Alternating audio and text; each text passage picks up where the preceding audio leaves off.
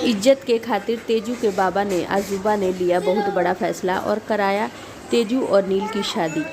तेजू को नील के साथ दुल्हन के रूप में देख हुआ नील की मां को बहुत बड़ी हैरानी। जी हाँ दोस्तों, स्टार प्लस के मोस्ट पॉपुलर शो गुम है किसी के प्यार के अपकमिंग एपिसोड में हम सभी को देखने को मिलेगा कि जब नील की बारात दरवाजे पर आ जाती है और ये बात उसके आजूबा तक पहुंचती है कि जूही घर नहीं है, क्योंकि उससे पहले ही घर वालों को पता चल जाता है कि जूही घर में नहीं है और वो शादी नहीं करना चाहती। सभी लोग जूही को खोजने की कोशिश करते हैं लेकिन जूही नहीं मिलती। तभी आजूबा का फैसला होता है। तेजू के सामने जाकर बोलते हैं कि तुम्हें जूही की जगह मंडप में बैठना होगा और शादी करनी होगी इस परिवार के इज्जत के खातिर। जहां तेजू को 440 वोल्ट का झटका लग जाता है और वो काफ़ी रोने लगती है और हैरानी भी जाहिर करती है कि ऐसा कैसे हो सकता है, जूही की शादी होने वाली थी तो मैं कैसे नील से शादी कर लूँ।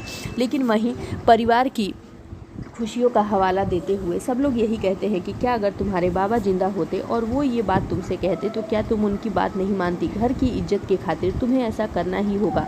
और वहीं सबके दबाव में तेजस्विनी को आखिर शादी के लिए हाँ करना पड़ता है। वहीं नील दूसरी तरफ भगवान से प्रार्थना करता है कि भगवान, मैं जूही से शादी नहीं करना चाहता, कुछ ऐसा करो जिससे मेरी और तेजू की शादी हो जाए। इधर इस बात से बेखबर है नील भी है कि आखिर उसकी शादी हो रही है, वो जूही ना होकर तेजू है। दूसरी तरफ जब शादी संपन्न होने के बाद तेजू के साथ नील की विदाई होगी, जब गृह प्रवेश की रस्मों के दौरान नील की मां की नज़र तेजू पर पड़ेगी पैर नीचे कलश रखते हुए, तो उनके होश उड़ जाएंगे। जी हाँ दोस्तों, वहीं ऋतुराज भी काफ़ी हैरान होगा जब मुंह दिखाई की रस्म के दौरान वो तेजू को देखेगा। तो अब आगे के एपिसोड देखना खास होगा कि जहां नील की मां तेजस्विनी को बिल्कुल भी पसंद नहीं करती थी, नाजायज़ औलाद कहती थी, क्या उस घर में तेजू को अपनी बहू के रूप में स्वीकार करेगी। दूसरी तरफ नील की खुशियों का ठिकाना नहीं रहेगा जब उसे ये पता चलेगा कि जो उस दुल्हन के रूप में उसके साथ जा रही है वो कोई और नहीं तेजू है। अब आगे के एपिसोड बेहद खास होने वाले हैं।